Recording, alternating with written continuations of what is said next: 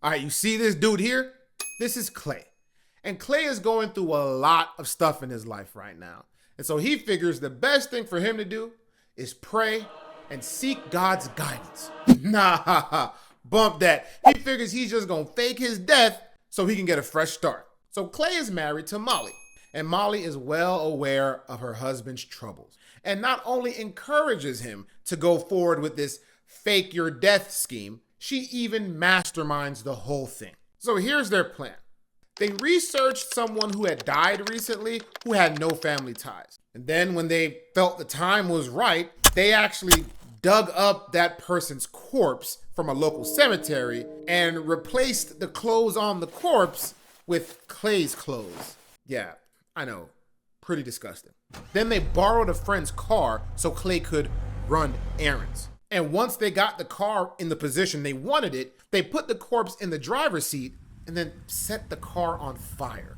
They wanted it to look like the car had malfunctioned and caught fire while driving down the road. And with a motorbike planted in the bushes nearby, Clay would just make a clean getaway. Yeah, they blew up a corpse in a car to fake his death. That's a stupid plan.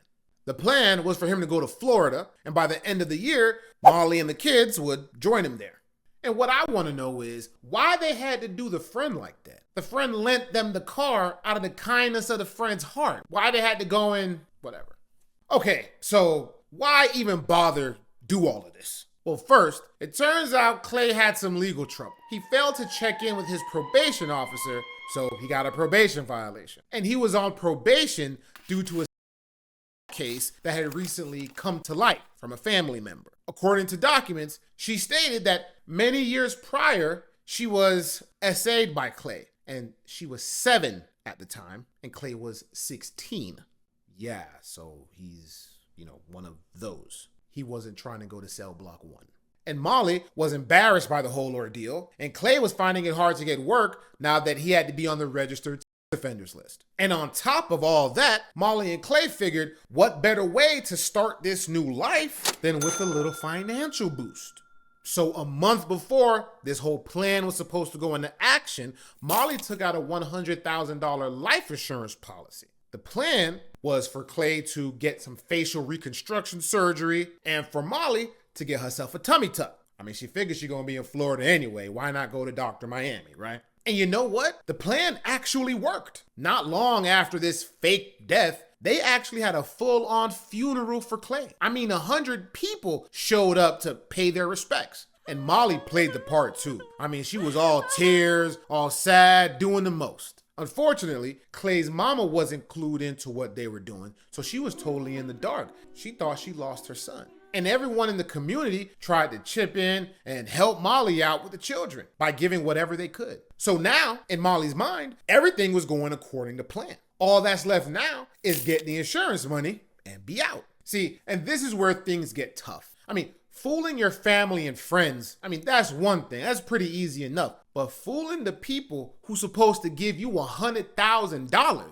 that's a totally different thing altogether. Molly began aggressively calling the insurance company. She wanted that cash. But they wasn't planning on paying anything out anytime soon, especially since an official cause of death hadn't been issued yet. Which brings us to the medical examiner. The reason why the medical examiner couldn't make a ruling is because there was so much rising suspicion surrounding Clay's death. The examiner made it a point to mention that there was no smoke damage in the lungs of the sample they retrieved. This meant that the victim couldn't have died from smoke inhalation, which is what you typically die of first in a fire. So a DNA bone sample was taken from the remains, and they tried to compare that to the DNA of Clay's mother to see if there was any relation. But the results of that test would take months to come back. And until then, the medical examiner really had no choice but to label the cause of death as pending.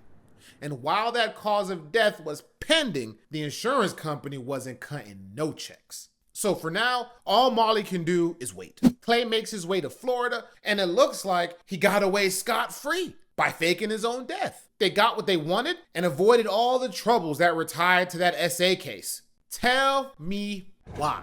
Clay didn't actually go nowhere. This man dyed his hair black and started calling himself Jake and went right back to the house. The police never stopped investigating this situation either.